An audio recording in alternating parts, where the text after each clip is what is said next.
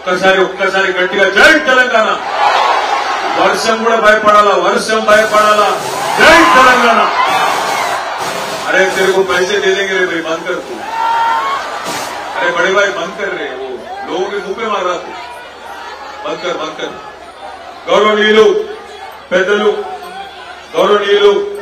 పెద్దలు అమర్పేట శాసనసభ్యులు మీ అందరి అభిమాన నాయకుడు అన్న కాలేరు వెంకటేష్ గారికి, గౌరవనీయులు సికింద్రాబాద్ కాబోయే ఎంపీ మీ అందరికీ సుపరిచితులు పెద్దలు గౌరవనీయులు శ్రీ పద్మారావు గౌడ్ గారికి, గౌరవనీయులు మాజీ మంత్రివర్యులు పెద్దలు అన్న తలసాని శ్రీనివాస్ యాదవ్ గారికి, గౌరవనీయులైన పెద్దలు వేదిక పైన ఉన్న మన హైదరాబాద్ నగర పార్టీ శాసనసభ్యులు జూబ్లీ హిల్స్ ఎమ్మెల్యే సోదరులు మాగంటి గోపీనాథ్ గారికి, గౌరవనీయులు గౌరవ కార్పొరేటర్లు పద్మా వెంకటరెడ్డి గారికి, గౌరవనీయులు కార్పొరేటర్ గారు విజయ్ కుమార్ గౌడ్ గారికి, అదేవిధంగా దూసరి లావణ్య శ్రీనివాస్ గౌడ్ గారికి, గౌరవనీయులు వెంకటరెడ్డి అన్న గారికి, గౌరవ మాజీ కార్పొరేటర్లు మరి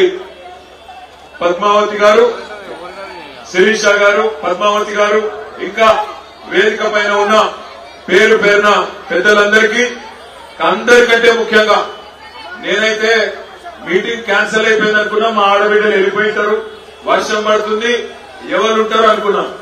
కానీ నిజంగా చెప్తున్నా, ఇలా అంబర్పేటలో మిమ్మల్ని ఇక్కడ చూస్తుంటే వర్షం పడుతున్నా 5 గంటల నుంచి ఇంత ఓపికగా ఉన్న మీ అందరికీ నా తల వంచి హృదయపూర్వకంగా నమస్కారం తెలియజేస్తాను. ఇంటికి పోగానే తిడతారులే. ఇప్పుడు వర్షం ఎక్కడ పోయినా తిడతారా? నన్ను అయితే తిడతారు, ఇప్పుడు మా చిచ్చాను కూడా తిడతారు. ఇప్పుడు వర్షం ఏం చేస్తున్నా మీరు ప్రచారం తిడతారు. కానీ నిజంగా మీరు గొప్పలు అమరపేటలు.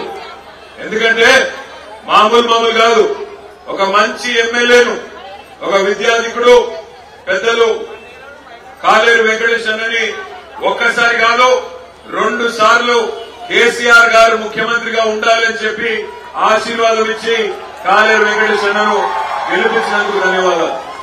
4.5 నెలల కిందట, సరిగ్గా 5 నెలల కిందట ఇక్కడికే వచ్చిన అంబర్పేటకు వచ్చి మీకు విజ్ఞప్తి చేస్తున్నాం. అన్న వెంకటేష్ అన్నని గెలిపియండి, కేసీఆర్ గారు ముఖ్యమంత్రి అవుతారని చెప్పిన మీరు దయ తలిచిండ్రు, ఓటేసిండ్రు. అన్నని 20,000 ఓట్ల మెజారిటీతో గెలిపించిండ్రు. 25 సారీ బాస్, 5,000 తగ్గించినామనుకో, 5,000 తగ్గించినా 25,000తో గెలిచిండ్రు. మరి మీరేమో హైదరాబాద్ లో మొత్తం మమ్మల్ని నమ్మిండ్రు, కాంగ్రెస్ ను నమ్మలేదు, బీజేపీ నమ్మలేదు. ఊర్లలో మాత్రం అక్కడక్కడ కాంగ్రెస్ పార్టీ అరిచేతుల వైకుంఠం చూపెడితే దానికి ఆగమైంది. ఇలా వర్షం పడుతుంది, ఎక్కువ మీకు ఇబ్బంది పెట్టా. మనకు ఇలా పోటీ ఎవరెవరు జరుగుతుందంటే, ఒకటి తెలంగాణ కోసం పేగులు దిగేదాకా కొట్లాడే టీఆర్ఎస్ పార్టీ ఒక దిక్కు,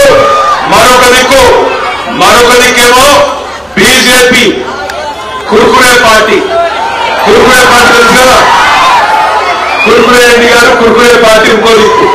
మూడో దిక్కేమో కాంగ్రెస్ కిరికిరి పార్టీ, కుర్కురే రెడ్డి, ఇగో తెలంగాణ పార్టీ. ముగ్గురు మధ్యన పోటీ జరుగుతున్నది. ఇగో మన పార్టీకి వెళ్ళేమో ఒక మంచి మనిషి పద్మారావు గారు అభ్యర్థిగా వచ్చారు. ఇక్కడికి వచ్చిన మీ అందరినీ నేను ఒక్క ప్రశ్న అడుగుతా, నిజాయితీగా సమాధానం చెప్పండి, మొహమాట పడకండి. కేసీఆర్ ఉన్నప్పుడే బాగుండే అనుకున్నట్లు చేయవద్దు. అందరా పక్కనా కాదా? పక్క అసలు 2 సైడ్లు అన్నట్టు, 2 సైడ్లు. కేసీఆర్ ఉన్నప్పుడే బాగుందా? పక్కానా? అయితే మీకు మంచి ఉపాయం చెప్తా. మీరు ఏం చేయకుండ్రి, మీ కరెంటు కష్టాలు తెలుసు మాకు. కరెంటు మళ్ళీ పోతుంది, కాంగ్రెస్ రాగానే కరెంటు పోతుంది, మంచిగా సౌలభ్యం ఖరాబ్ అయింది, కాంగ్రెస్ రాగానే హాలత్ ఖరాబ్ అయింది. మీకు మంచి ఉపాయం చెప్తా నేను. ఉపాయం ఏంటంటే, మీరు ఎవరితో పంచాయతీ పెట్టుకోకండి, ఎవరితో కొట్లాడకండి, ఎవరితో నిలబెట్టుకోకండి. ఉపాయం ఏంటంటే, మీరు మే 13 నాడు 10-12 ఎంపీ సీట్లు మాకు అప్పచెప్పండి. తిరిగి 6 నెలల్లో కేసీఆర్ రాష్ట్ర రాజకీయాన్ని శాసించే పరిస్థితి వస్తుంది. 6 నెలల్లో రాష్ట్ర రాజకీయం వల్ల కేసీఆర్ గారు చెప్పినట్టే నడుస్తుంది. మీరు పద్మారావు గారికి కారు గుర్తు మీద బ్రహ్మాండంగా 13 ఓటేస్తే సికింద్రాబాద్ ఎంపీ గెలుస్తాం, పక్కకు మల్కాజ్గిరి గెలుస్తున్నాం, ఇరుకల చేవెళ్ళ గెలుస్తున్నాం. తప్పకుండా మొత్తం తెలంగాణలో 10-12 సీట్లు మీరు మాకు అప్పచెప్తే 6 నెలల్లోనే తిరిగి మంచి రోజులు వస్తాయి. నేను మీకు దండం పెట్టి చెప్పేది ఒకటే, ఒకసారి 2014లో బడాబాయి మోడీ చేతిలో మోసపోయారు, 2023లో ఛోటాబాయి రేవంత్ రెడ్డి మోసం చేసిండు. ఈ ఇద్దరు మోసగాళ్లకు ఒకటే దెబ్బతో కురుకురే పార్టీకి కిరికిరి పార్టీకి ఇద్దరికి ఒకటే ఓటుతో దెబ్బ చెప్పండి, గట్టి దెబ్బ కొట్టండి. పద్మారావు గారికి ఓటేసి 13 తారీఖు నాడు కారు గుర్తు మీద ఓటేసి గెలిపించడం నా ప్రార్థన. ముగించే ముందు మీ అందరికీ నేను ఒకటే కోరుతా ఉన్నా. మనం కొంతమంది అడుగుతున్నారు ఢిల్లీ ఎలక్షన్ కదా, ఢిల్లీ ఎలక్షన్ లా మీ పాత్ర ఏంది, మీరెందుకు ఉండాలి పార్లమెంట్ లా, ఇది కాంగ్రెస్ వాడు బీజేపీ మధ్య కొట్లాడు కదా అని మాట్లాడుతున్నారు. నేను మీకు ఒకటే యాడ్ చేస్తాను. 2001లో కేసీఆర్ గారు పార్టీ పెట్టినప్పుడు కూడా ఇట్లే మాట్లాడారు. 17 పార్లమెంట్ సీట్లు గెలిస్తే కూడా తెలంగాణ ఎట్లా చేస్తారు కేసీఆర్, 277 మంది కావాలి ఢిల్లీలో మాట్లాడారు. మరి మీరు ఆ రోజు 5 సీట్లు ఇచ్చారు, 5 పార్లమెంట్ సీట్లు ఇస్తేనే ఢిల్లీ మెడలు వంచి తెలంగాణ తెచ్చిన మొనగాడు మన కేసీఆర్ గారు. మీరు 10-12 సీట్లు మీరు మాకు అప్పచెప్తే ఇక్కడ కాంగ్రెస్ మెడలు, అక్కడ బీజేపీ మెడలు వంచే సత్తా ఉన్న నాయకుడు మన కేసీఆర్ గారు. ఎప్పుడైనా కూడా ఒకటే గుర్తుపెట్టుకోండి, తెలంగాణకు ఏనాటికైనా ఈ గులాబీ జెండానే శ్రీరామ రక్ష. ఇలా కిషన్ రెడ్డి గారిని ఏం కిషన్ అన్నా నీకెందుకు ఓటేయాలి, ఒక్క పైసా సాయం చేసినావా? హైదరాబాద్ కు వరదలు వస్తే రూపాయి సాయం చేసిండా కిషన్ రెడ్డి? చేసిండా? మా ఊళ్ళో కూడా అంబర్పేటగా ఉన్న సిగరెట్ ఇచ్చిందా? ఇది రూపాయి సాయం చేయలే కిషన్ రెడ్డి. అదే విధంగా కిషన్ రెడ్డి గారు 5 ఏళ్లు కేంద్ర మంత్రిగా ఉన్నాడు. 5 ఏళ్లలో మీ అంబర్పేటకు కనీసం 5 రూపాయలు సాయం చేసిండా? ఒక్క పని చేసి పెట్టిండా? ఒక్క విద్యా సంస్థ తెచ్చిండా? ఒక్క కాలేజ్ తెచ్చిండా? పోనీ ఒక గుడి కట్టిండా? మరి ఎందుకు వేయాలి ఓటు, ఎందుకు వేయాలి మోడీ గారు? ఇవాళ మా ఆడబిడ్డలు ముఖ్యంగా చాలా పెద్ద ఎత్తున వర్షంలో కూడా ఓపికగా ఉన్నారు. మీకు నేను ఒకటే విజ్ఞప్తి చేస్తా. బీజేపీ వాళ్ళు అంటున్నారు అబ్కి బార్ 400 పార్ అంటూ, అంటే ఏందో ఎరికేనా మీకు? ఈసారి పొరపాటున బీజేపీ కోటేస్తే పెట్రోల్ డీజిల్ 400 దాటిపోతుంది, సిలిండర్ 5000 దాటిపోతుంది. ఆనాడు మోడీ గారు 400 రూపాయలు ఉంటే మోడీ వచ్చినాడు ఏది సిలిండర్, ఇలా 1200 అయింది. రేపు మీరు మళ్ళా బీజేపీ కొట్టేస్తే సిలిండర్ కొండెక్కుతుంది, 5000 అవుతుంది, పెట్రోల్ డీజిల్ 400 అవుతుంది. అయినా బీజేపీ వాళ్ళు ఎందుకు ఓటేయాలి? మీకు ఒక కాలేజీ ఇయ్యలే, ఒక్క స్కూల్ ఇయ్యలే, ఒక్క పైసా ఇయ్యలే. హైదరాబాద్ కు మెట్రో విస్తరిస్తామంటే గుడ్డ పైస ఇయ్యలే. ఎందుకు ఇయ్యాలి అంటే వాళ్ళు ఒక్కటే చెప్తారు, మేము రామ మందిరం కట్టినాం, రాముడికి గుడి కట్టినాం కాబట్టి ఓటేయండి. గుడిగట్టుడే కారణమైతే ఓటు అడిగేందుకు కేసీఆర్ గారు కట్టలేదా యాదగిరిగుట్ట? 4 ఏళ్ల కింద యాదగిరిగుట్టలో లక్ష్మీ నరసింహస్వామి దేవాలయం కట్టలేదా? ఒక్క లక్ష్మీ నరసింహస్వామి గుడి కాదు, ఆధునిక దేవాలయాలు కట్టలేదా కేసీఆర్ గారు? కాళేశ్వరం లాంటి ప్రాజెక్టు కట్టిండు. ఆ ప్రాజెక్ట్ లో ఉండే ప్రతి రిజర్వాయర్ కు దేవుడి పేరు పెట్టిండు. కొండ పోచమ్మ సాగర్, మల్లన్న సాగర్, రంగనాయక సాగర్, రాజరాజేశ్వర సాగర్, అక్కడ ఉండే బ్యారేజీలకు లక్ష్మీ బ్యారేజీ, పార్వతీ బ్యారేజీ, సరస్వతి బ్యారేజీ, ఇట్లా ఆధునిక దేవాలయాలు కట్టిండు కేసీఆర్.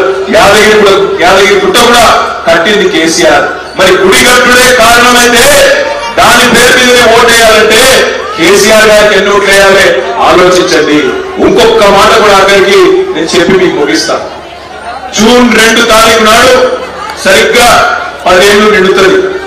హైదరాబాద్ ఉమ్మడి రాజధానిగా టైం పూర్తయిపోతుంది. బీజేపీ వాళ్ళ ఆలోచన ఒక్కటే, ఈ జూన్ 2 తర్వాత హైదరాబాద్ మీద కంట్రోల్ దొరకలేదు, ఎమ్మెల్యేలు గెలవలేదు, కిషన్ అన్న కూడా ఓడిపోతాడు, గెలవడు, ఒక్క ఎంపీ సీట్ కూడా హైదరాబాద్ లో గెలవడు. ఎట్లనన్నా పట్టు కావాలి. అందుకే వాళ్ళు ఏం ఆలోచన చేస్తున్నారు, ఢిల్లీని చేసినట్టు హైదరాబాద్ కూడా కేంద్ర పాలిత ప్రాంతం చేయాలి. యూనియన్ టెరిటరీ చేయాలని ఆలోచన చేస్తా ఉన్నారు. మరి అట్లాంటి దిక్కుమాలిన కుట్రలు చేసినప్పుడు అడ్డుకోవాలంటే ఈ గులాబీ కండువా వేసుకున్న మన పచ్చన్న పార్లమెంట్ లో ఉండాలి. అవసరమైన అక్కడ గల్లా బట్టి అడిగే పరిస్థితి ఉండాలి. అదే బీజేపీలో కాంగ్రెస్ లో ఉంటే వాళ్ళతోని కొట్లాడు కాదు. తెలంగాణ కోసం కొట్లాడింది కేసీఆర్. రేపు తెలంగాణను కాపాడాల్సింది కూడా మళ్ళా కేసీఆర్. మళ్ళా ఇదే గులాబీ కండువా అనే మాట కూడా నేను మీకు విజ్ఞప్తి చేస్తున్నా. దయచేసి ఆగం కాకండి. కేసీఆర్ ఉన్నప్పుడే బాగుండే, కేసీఆర్ ఉంటేనే బాగుండు అనుకునేటోళ్ళంతా ఏం ఆలోచించకుండా కాళ్ళ గుర్తు కొట్టేయండి. ఇక రేవంత్ రెడ్డి గారు అదేవిధంగా కిషన్ రెడ్డి గారు వాళ్ళు చెప్పే అబద్ధాలు, వాళ్ళు చెప్పే మాటలు మీరు అన్ని వింటున్నారు. గొప్ప గొప్ప మాటలు చెప్తున్నాడు రేవంత్ రెడ్డి గారు. ఇలా మనం ఇక్కడికి వస్తున్నాం, మొత్తం ఊరంతా హోర్డింగ్లు పెట్టుకున్నాడు. ఏమని 6 గ్యారంటీలలో 5 గ్యారంటీలు అమలు చేసేసినా అని మాట్లాడుతున్నాడు రేవంత్ రెడ్డి. అమలు అయినాయా? మా ఆడబిడ్డ నేను అడుగుతా ఉన్నా, తులం బంగారం వచ్చిందా లగ్గం చేసుకుంటే? వచ్చిందా? నాలుగా వచ్చిందా? వచ్చిందా? 1,00,000 లగ్గాలైనాయి రేవంత్ రెడ్డి వచ్చినాక. 1,00,000 లగ్గాలైనాయి. 1,00,000 తులాల బంగారం బాకీ ఉన్నావు రేవంత్ రెడ్డి. నువ్వు నిన్న లగ్గాలకు చెప్పినట్టు తులం బంగారం ఇవ్వకపోయినావు. నీ లగ్గం చేస్తారు మా ఆడబిడ్డలు. యాభైకో మీరే చేస్తారు, పడతారు. నెలకు 2,500 రూపాయలు ఇస్తా ఉన్నాడు. ఇచ్చిండా? వచ్చినాయా? వచ్చినాయా? మీరు నన్ను ఆ గౌరవాలు చెప్తుంది. మీరందరూ కలిసి నన్ను పిచ్చోని చెప్తున్నారు. రేవంత్ రెడ్డి చెప్పిండు, రాహుల్ గాంధీ చెప్తుండు, వచ్చే ఉంటాయి. కాలేదా? నిజంగా? మరి పెద్ద మనుషులకు 4,000 రూపాయల పెన్షన్ అన్నాడు, వచ్చాయా? 4,000 కాదు, ఉన్న 2,000 కొట్టిండు జనవరిలో. అంతేనా అమ్మా?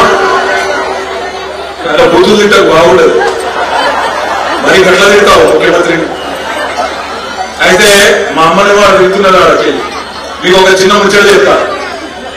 ఈ రేవంత్ రెడ్డి భాష ఎట్లుందంటే చూస్తేనే, ఇది వరకు అప్పుడప్పుడు ఈ సినిమాలు ఫ్యామిలీతో చూడలేకపోతుంటే, సినిమాలు కొన్ని ఇట్లా ఈ గలీజ్ దృశ్యాలు ఉంటే ఫ్యామిలీతో చూడలేని పరిస్థితి ఉండే. ఇవాళ రేవంత్ రెడ్డి మాట్లాడుతుండు అంటే ఫ్యామిలీతో వార్తలు చూసే పరిస్థితి కూడా లేదు. నోటికి వచ్చిన బూతులు, నోటికి వచ్చిన చెండాలం, అడవైన కంపు వాడు. ఆలోచించుంది. ఎవడన్నా ముఖ్యమంత్రి ఇట్లా మాట్లాడతారా? నేను లగ్గ బిందెలు ఉంటాయనుకుని వచ్చినా ఆడ ఖాళీ కుండలు ఉన్నాయి మాట్లాడతారు ఎవరు? నాకు ఎవరు అడుగుతా? గడ్డపాడలు పట్టుకొని, తట్టపాడలు పట్టుకొని, నెత్తి మీద తువాలు చుట్టుకొని అర్ధరాత్రి ఎవరు తిరుగుతారు లగ్గ బిందెల కోసం? ఎవరు తిరుగుతారు? ఎవరు? నేనే తనలేదు. దొంగలు లంగాలు రుచగాలు చెప్తున్నారు. మీరు ముఖ్యమంత్రిని అంటే తింటారు మీరు. నేనేమంటున్నా, గలీజ్ మాటలు. నా కొడకల్లా మెడలో పేగులు వేసుకుంటా ఏమంటున్నాడు అంటుడు రేవంత్ రెడ్డి. నాకు తెలియగలుగుతా. నువ్వు ముఖ్యమంత్రిగా బోడి కొట్టాడు, మెడలో పేగులు వేసుకుంటా, ఎవడన్నా మెడలో పేగులు వేసుకుంటా అంటాడు. నిన్నగాక మొన్న సూర్యాపేటలో ఒక పిల్లగాడు బస్సులో ఆయన పర్సులు కొడుతుంటే పట్టుకున్నారు. ఏమైంది? మొత్తం ఫ్రీ బస్సు కదా, ఆగం ఎవరు పచ్చని ఉన్నాడు, పచ్చని కనవాడు.